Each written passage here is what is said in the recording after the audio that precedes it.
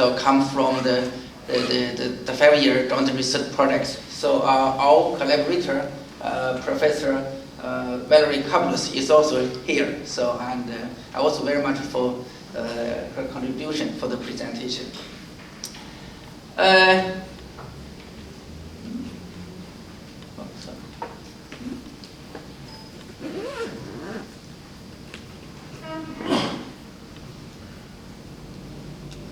Okay, good. So, and first I would like to give a very brief introduction about the characteristics of China's energy system. So the first you can see from this slide, you can see China's energy supply has been increased very rapidly, particularly since the period, particularly in the period since 2002.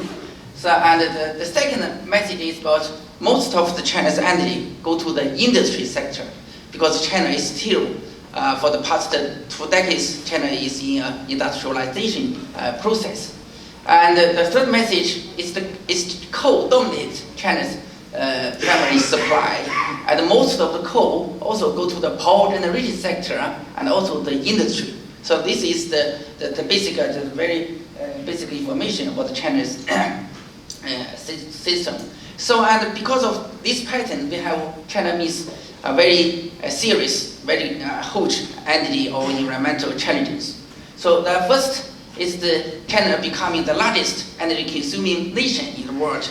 And just as mentioned before, most of the energy consumption from coal. And the second is because of for the past decades, there are more and more people, more and more households buy the private cars, and this has become a very important driver for the oil consumption in China. And currently, approximately 78% oil consumption from the international market. That means the increase the energy security concerns in China, because of the fossil fuel dominated supply picture, and making China become also the largest CO2 emitters in the world. So we know approximately 70% of global increased carbon emission from China, and also not only from domestically, and because of the energy use and China's the air quality and has become very big problem. So if you live in Beijing, you can feel the smoke become a disaster. It's really a problem. So this is the major the challenges that China needs. So for today's presentation about the policy, the energy and climate policy, I think a very important consideration of the energy and climate policy is to balance the major national priorities. So for China, so we need to have the people have a better life. So we also maintain a sustained economic growth. So at the same time, we also have to address the climate change issues and also the local air quality issues. I think this is the major consideration, motivations for the policy. So to balance the major priorities. So and in China, so there are a number of government agencies and involved in China's energy and climate change policy making process. So I think the most important agency is the National Development Reform Commission, so which is responsible setting the targets of energy intensity targets and the carbon intensity targets. They are also responsible for the pricing, the energy pricing and the energy pricing. So this is a very, very, very powerful organization. And also, so they are also responsible for setting the China's cap and trade systems. Another government agency is the National Energy Administration. The National Energy Administration regulates China's energy production sector by approving the investment projects and also be responsible for implementing China's renewable programs. The Ministry of Science and Technology is responsible for the low carbon technology research and development, and also the Ministry of Industry Information Technology responsible for the energy conservation issues in the industry. The Ministry of Finance, so in charge of the tax, and also the Ministry of Foreign Affairs, so involves in the national negotiation. So above the government agencies at the state council level, there is a leading group. So now currently it's chaired by Premier Li Keqiang. So this leadership to coordinate the government actions across the government agencies. And also at the provincial level, the structure is similar to the central level. And also the leader group also coordinating the central government and also the local government, make the policies actually can be implemented smoothly. So this is the major picture of this is the major institutional settings for China's energy economy policy. So from this slide, we can see, for the most of the time, China's energy intensity have been declining. So except from the year 2000 and from the year 2000 and to the year 2005. That means during the 10th 5-year plan period. So this is a very important message. So because they recognize these trends. So during the 11th 5-year plan period, that means from the year 2005 to 2010, the legally binding energy intensity reduction targets have been introduced. So for the 11th 5-year plan period, that means that is to reduce China's energy intensity by 20% from the year 2005 to the year 2010. So this is the first time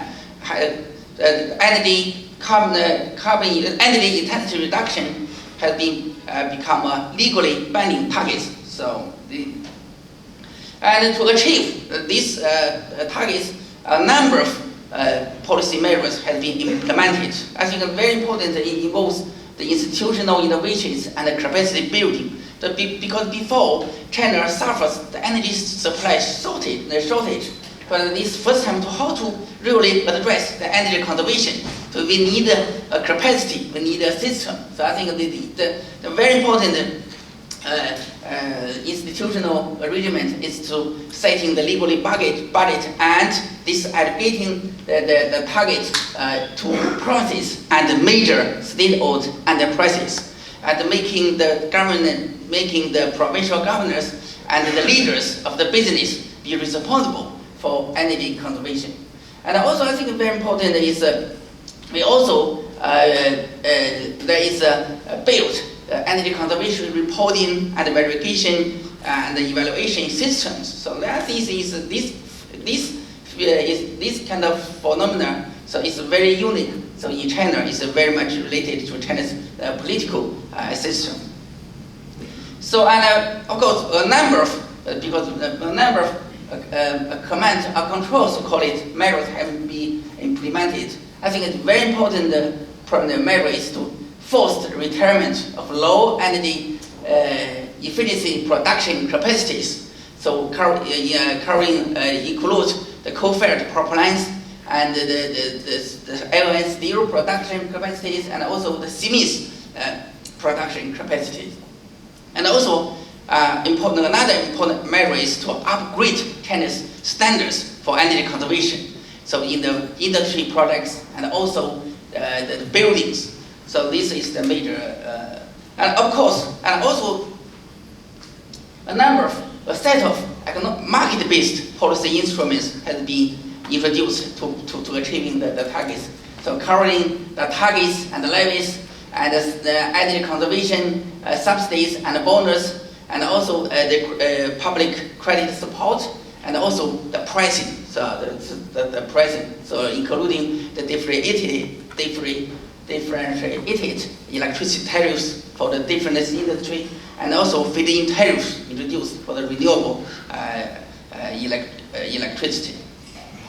So, and I think this is the what happens. So during the 10th 5-year, during the 11th 5-year plan period.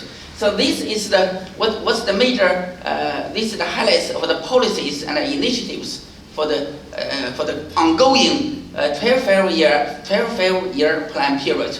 So in addition to the energy intensity targets, so we introduced 2 new legally binding targets. So this is the non-fossil energy targets and also the carbon intensity targets. So this is the new targets.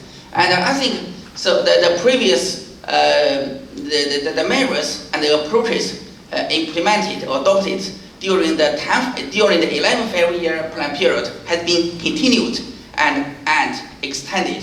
So and I think a very important part is to setting for more priority is given to control of the CO2 emission, carbon emission, and very important new policy instruments is to start the emission trade scheme pilots. So in the 5 cities and 2 provinces. So and including Beijing, Shanghai, and Chongqing, Tianjin, and Shenzhen. These are 5 cities, and the 2 provinces is the Guangdong province and the Hubei province. So you can right now right now 6 of the 7 pilots has been already started to trade. So the only I think Chongqing so far have not trade, but it will be trade. So this month, so very likely. So for the pilots, if you look at the pilots, so I think there are a number of differences, but I think the very important objective is to actually achieve the CO2 emission reduction. This is the primary objectives. But regarding the approach and the methodology and the procedures, so it's different. So we just published a paper in the energy policy. Maybe you can, if you interest, so you can read this article. So and from the nation's side, so China would like to have a roadmap for the ETS system building. So by the year 2020, China would like to establish a national ETS system. So now we are right now is have the pilots. So in this stage, so we are in the pilot stage.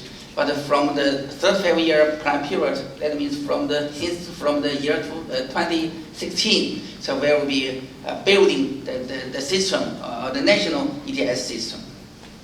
So and also it's very recently, so we have some new. I think it's very much driven by the domestic needs and the security issues, and particularly the smokes so in the major cities, Beijing, Shanghai, to make the top leadership reconsider. China should be really serious to address the energy issues, and also for the climate to really address the climate change issues, because we have found that addressing climate change has significant co-benefits for China. So and particularly so in the air quality control. So and I think the most policies, the recent policy discussions from the directions set by the 3rd plenum of the Communist Party, so which took place in last November. So it's the major objectives of the decisions at the 3rd plenum is to deepen China's economic reform and highlight the role of the market in the resources allocation, and including to liberalize China's energy sector. And also it's important for the important implication for China's carbon dioxide emission is to pursue a relatively low but sustained economic growth. I mean, over the past 2 decades, China's economic growth rate is about 11%. But now, so if we 7% is also acceptable. That means this very much reflect this new paradigm of economic growth. And also, for the energy sector, for the CO2 emission control, so we will create environmental protection markets, and that means to have a carbon price signal to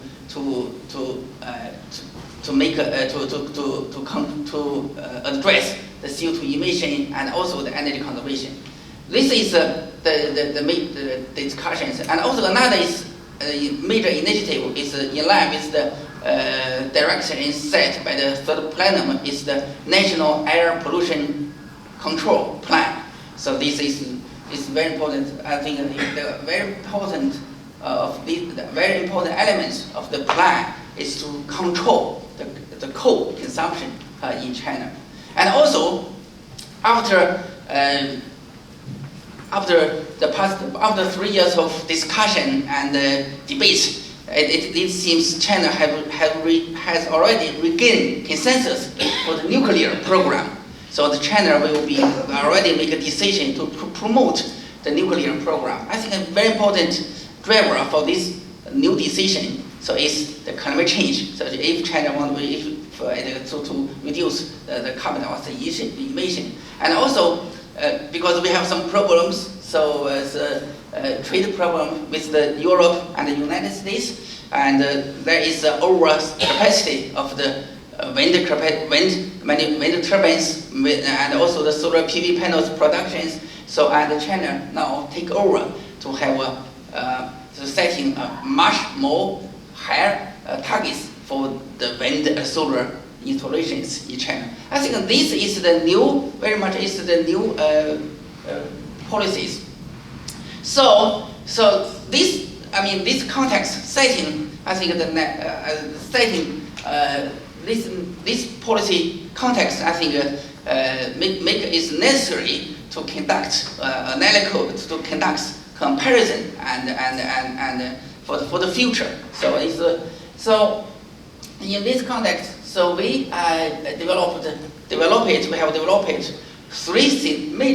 two scenarios. First scenario is the continued effort scenario. So the main message of this scenario is to maintain the current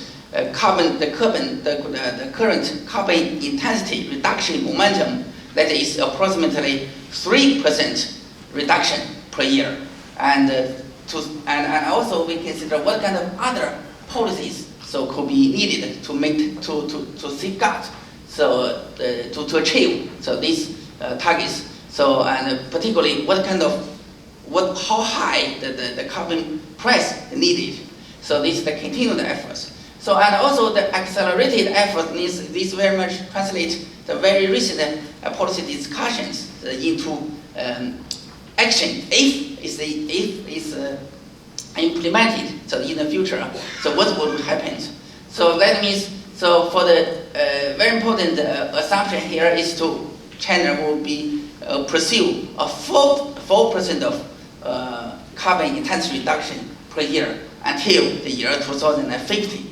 So and we also using the model, so using the China in global energy model, which model is developed jointly by the MIT and the Tsinghua University. We can see what kind of specific policy needs to secure the achievement of the targets. So it involves the carbon price signals. So this is the two major policy scenarios, and also we have a counterfactual scenario is the no policy scenario. This serves as a comparison with the two policy scenarios. So this is the some of the outputs of our analysis. So you can see, compared to the no policy scenario, first I think the message is the energy consumption has been decreased significantly. So either in the policy, in the continued effort scenario and the accelerated scenario. So this is an important positive message. So another is the coal. You can see by the year 2020, so the coal could peak by the year 2020, then showing a declining process. and the low carbon fuels play the role has been increasing. So this is the basic picture. You can more, particularly after year 2030, almost all the increased energy consumption come from the non-fossil fuels that come from nuclear and also the renewables. So this is making possible for China to achieve the carbon emission peak. So in around year 2030. So now let's go to the outlook for the biofuel. So this is the coal. You can see. So by the year, there is a significant reduction of the coal consumption. So in the future under the policy scenario, particularly in the accelerated scenario, the coal have to be peak by the year 2020. So and also by the after the year 2020, coal achieve a negative growth. So and another is the natural gas. So at all outlook. So we here that in China we according to our analysis, all outlook showing all about the natural gas is moderate. So we are not as ambitious as others. So because we are considered two issues. One issue is in China the natural gas is still much cheaper. It's much more expensive. So now the gas coal-fired electricity, so even is more expensive. So then the wind. So this one is another is so is the natural gas still evolve the carbon emission. That means if you give a the carbon tax is not so sensitive to the carbon price. So this is in this context we regard the natural gas in China so something like a transition energy. So in China's energy landscape and oil. So you can see because of there is no wet substitution. So the oil under the three scenarios. So the range is narrow. So that the major region is lack of substitutes for the oil use. So and also considering that the transportation sector in China will be increased the major growth for the transportation sector in the future. And nuclear. So just as mentioned, after the past 3 years of debates, so that China has made a decision to promote the nuclear. And I think it's a very important challenge for the near and mid-term. That means before the year 2020. So China needed to build the capacity of manufacturing and installation and safety management, etc. There are a lot of things to do. We believe and at the same time you need a very high nuclear electricity growth rate. So there's a lot of challenges.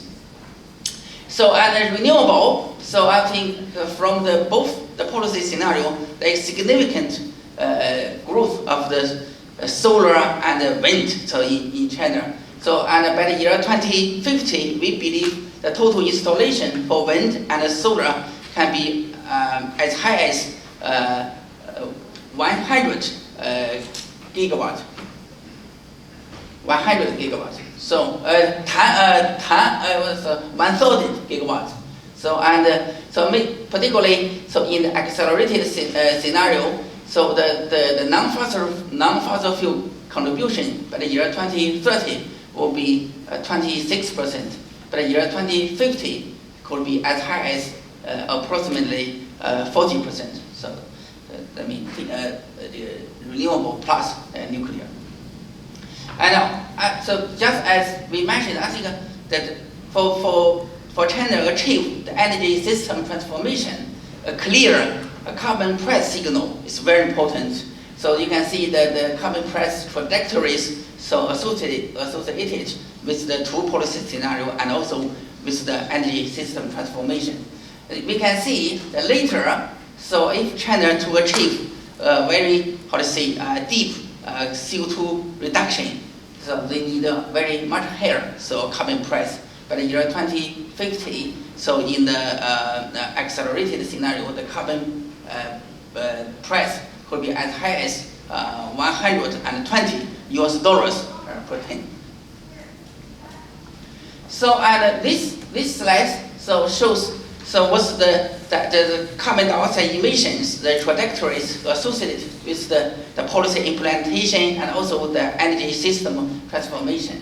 So we can see under in the accelerated scenario, China's carbon dioxide emission can achieve level off. So in the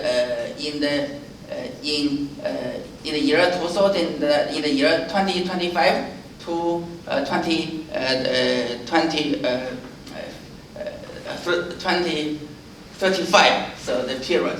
So you can see. So which maybe some people expected in the world. I think if China to reach such kind of CO2 emission trajectory, it will be a real contribution to the world for the global climate change mitigation efforts. So the last, I would like to take this opportunity to say some words about our project. So our project is an MIT project. So I think the major purpose of this project is to build China's analytical capacity for the policy making and also for the climate policy making. Thank you very much for your attention.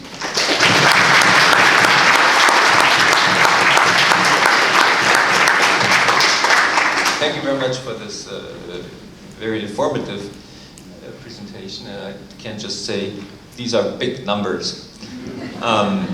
And we have a little bit of delay, but I would allow a couple of questions, probably collect questions directed to Mr. Zhang.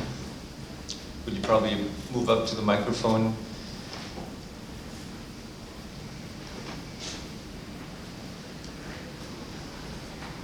Julian Dieler from Munich EVE Institute. How realistic are these scenarios you are analyzing in terms of policy realization? Okay, thank you very much. Thank you for your question.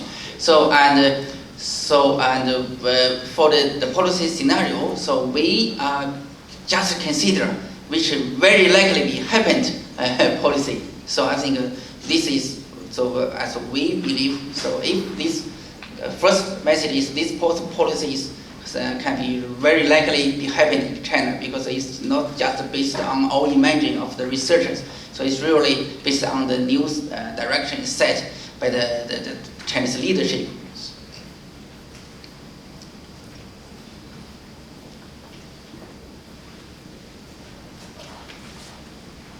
Hi, I was wondering if you could say a little bit about whether you considered electrification of transportation in your projections. You mentioned that there was no replacement for oil, and so I'm wondering if you considered electrification.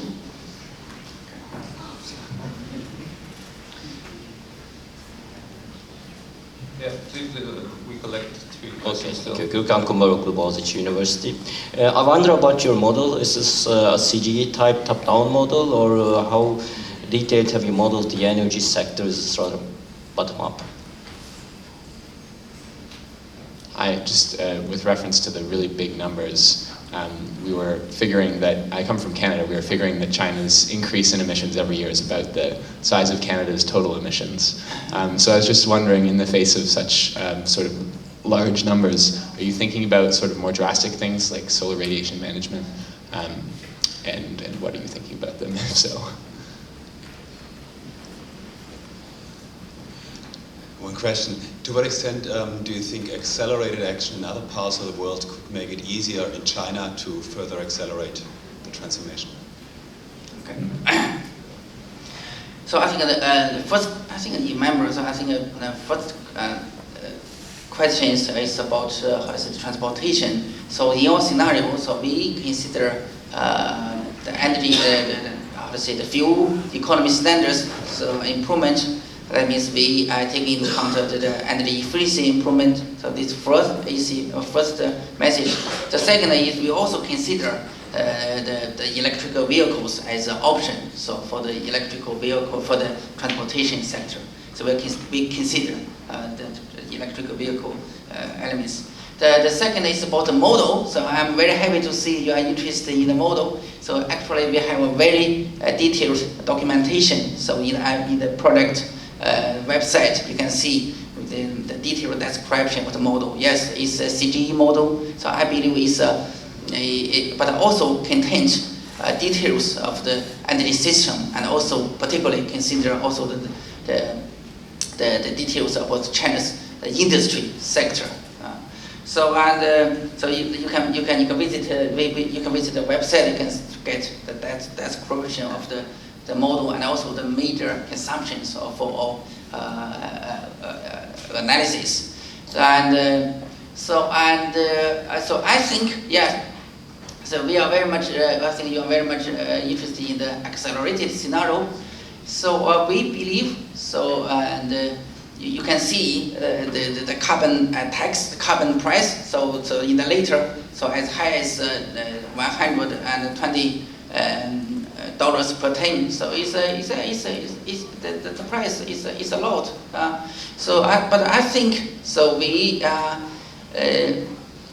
China really needs to do something, and also I think that right now the Chinese leadership had also recognized, because China, if you want to be a responsible nation, so in the world, you also have to do something. Okay. Thank you again. Thank you.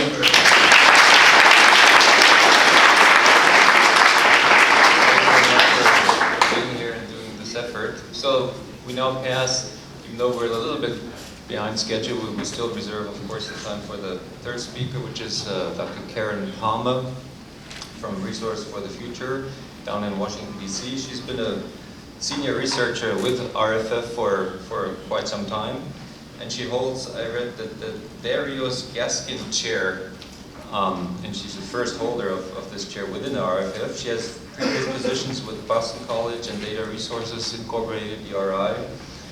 And she's probably one of the most knowledgeable people to talk about this topic. Her access is through electricity sector, through innovation, through different instrument analysis, modeling, a very distinguished research record, etc.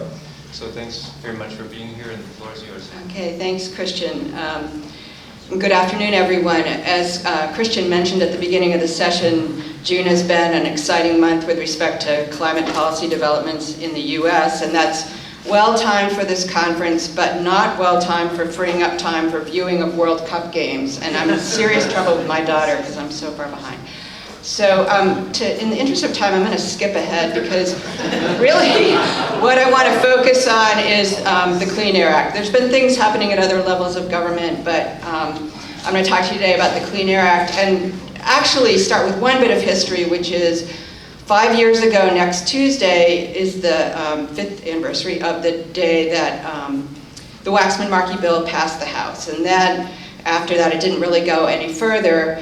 And so things have been happening with the Clean Air Act. But what I want to say at the beginning of this slide is that interest in regulating greenhouse gas emissions under the Clean Air Act predates the whole Waxman-Markey debate. And in fact, when President Bush, George W. Bush ran, part of his platform was he was going to regulate greenhouse gases under the Clean Air Act. But then in March of 2001, changed his mind and decided not to do that. So progress was essentially slowed in terms of formulating regulations for about a decade, while the courts haggled about this, and states and other folks sued EPA, and they came to an agreement. And then starting in 2011, there was regulations put forth by EPA of mobile sources. These are standards basically that are designed to improve the fuel economy of the mobile fleet.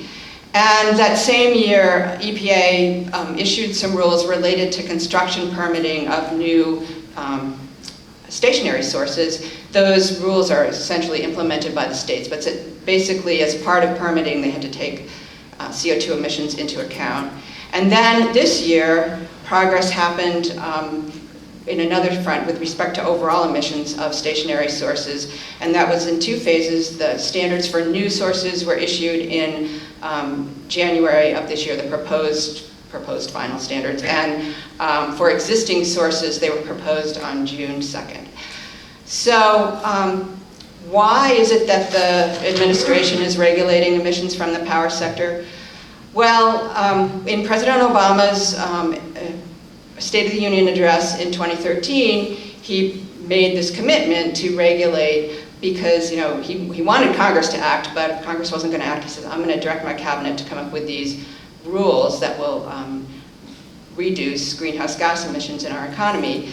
And they started with the electricity sector, and that makes a lot of sense because it accounts for about 32% of greenhouse gas emissions in the US. Most of those are carbon dioxide. So what do those rules look like? Okay, well, they're coming under Section 111, and there was a big bit of debate around when this was anticipated about what section of the Clean Air Act would be used, but they ultimately decided to use Section 111. And that establishes processes by which EPA develops standards for the performance of stationary sources of air pollution. And there's 2 flavors. First, as I mentioned in January, rules were issued under Section 111B, which address new sources and also sources that are substantially modified or reconstructed. So the proposed rules under that section came out in January.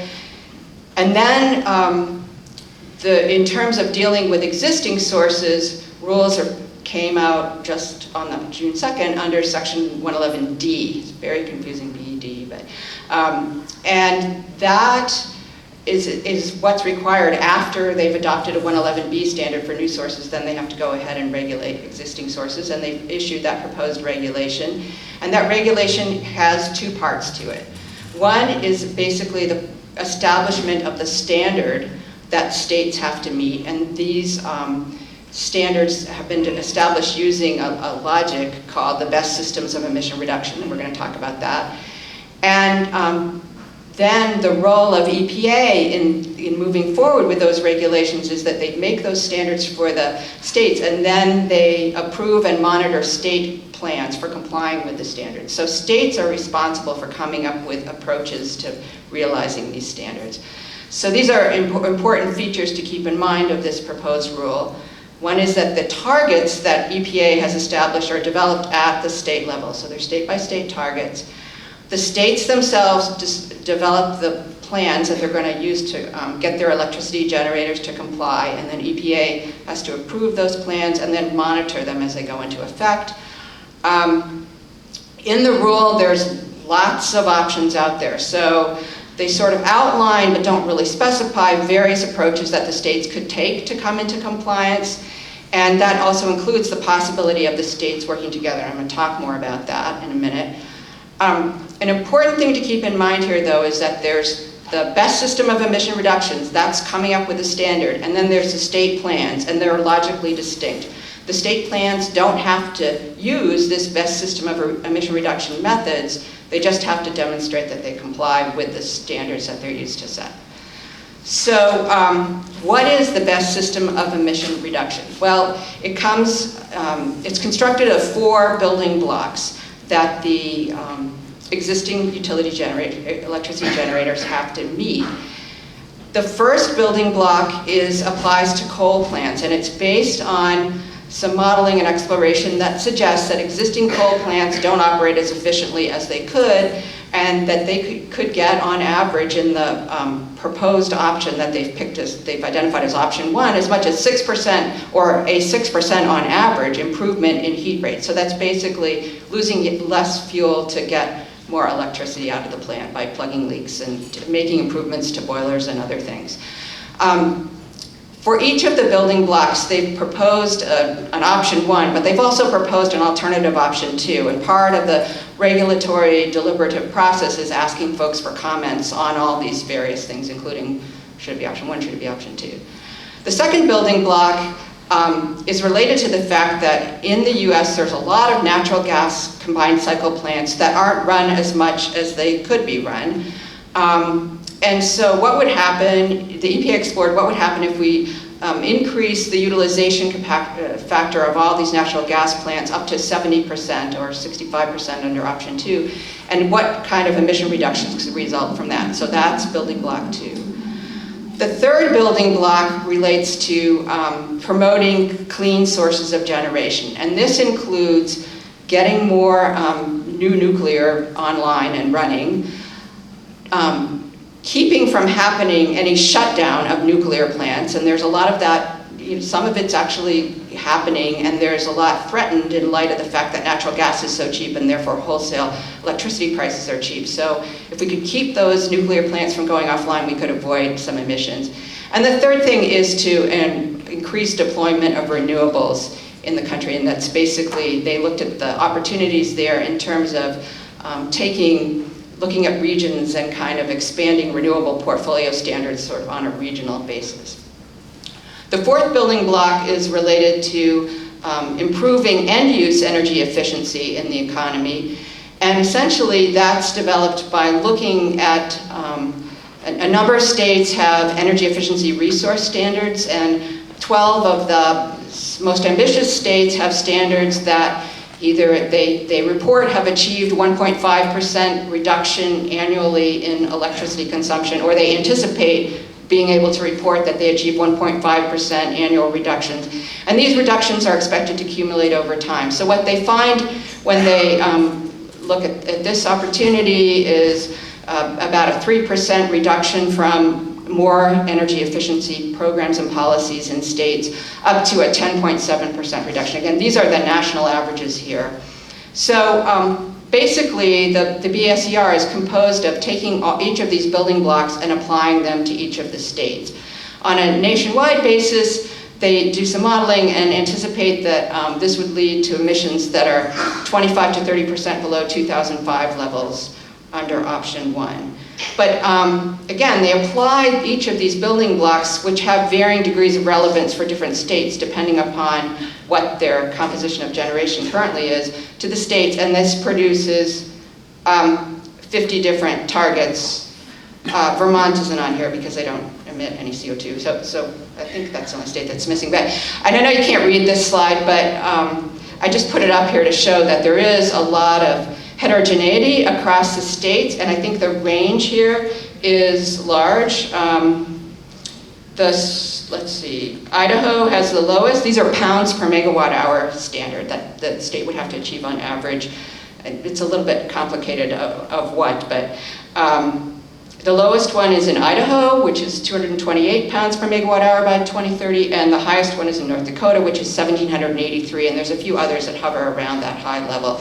And the difference there is just reflecting of sort of where the starting point is. So it's not that Idaho has a more stringent standard necessarily, it just has a pretty clean generation mix currently. So EPA has done a lot in terms of meeting states where they are and then applying these building blocks and coming up with the standards. So that's the coming up with the standard approach. What about formulating compliance plans?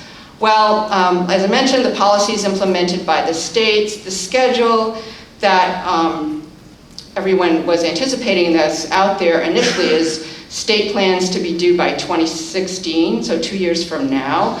But they've built in a 1-year extension for states, so really that's more like 2017. Actual compliance with the rules that the states come up with is expected to begin by 2020. The rule's not very specific about how, there's a lot of deference to states in terms of coming up with how they want to achieve these standards.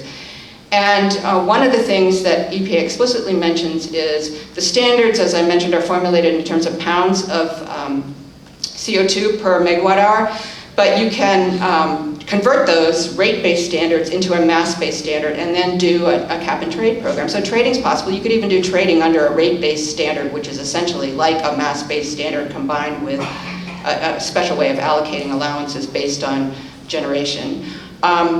But it's totally up to the states. Basically, whatever they do, they just have to show that they're equivalent to the BSER. The other thing that EPA does, does encourage states to work together. So multi-state budget programs, like the one we currently have in the Northeast US, the RGGI program, they're allowed and encouraged. And as additional encouragement for allowing that to happen, they've extended the extension for states that work together to a 2-year extension for coming up with a multi-state plan. What are the outcomes? What does EPA say will result? Well, if you look at their regulatory impact analysis, again, they find that power sector emissions fall by 25 to 30% below 2005 levels, which is compared to business as usual in 2025, about an 18 to 25% reduction. They also evaluate the benefits, as they do in a regulatory impact analysis, and using the 3% discount rate values for the social cost of carbon, which the federal government uses in many of its regulatory evaluations, they find, but not just valuing carbon benefits, they also value other benefits as well. They find that the benefits, depending upon which option is adopted, are between $35 and $58 billion in 2020 and $58 to $93 billion in 2030. But they also look at compliance costs, and those are on the order of $6 to $9 billion, which on average is between $11 and $20 per ton of CO2. Now, as mentioned, this rule just came out in June, on June 2nd, so I can't present any of our own analysis of this particular rule, but I can talk, and I'll talk very briefly about some analysis that we did looking at rules of this type. We knew that regulations were coming under 111, and we knew that regulations on 111 are typically expressed in the terms of a emission rate standard. And so we did some analysis looking at regulations that are roughly about the same level of ambitious, serendipitously, as this. And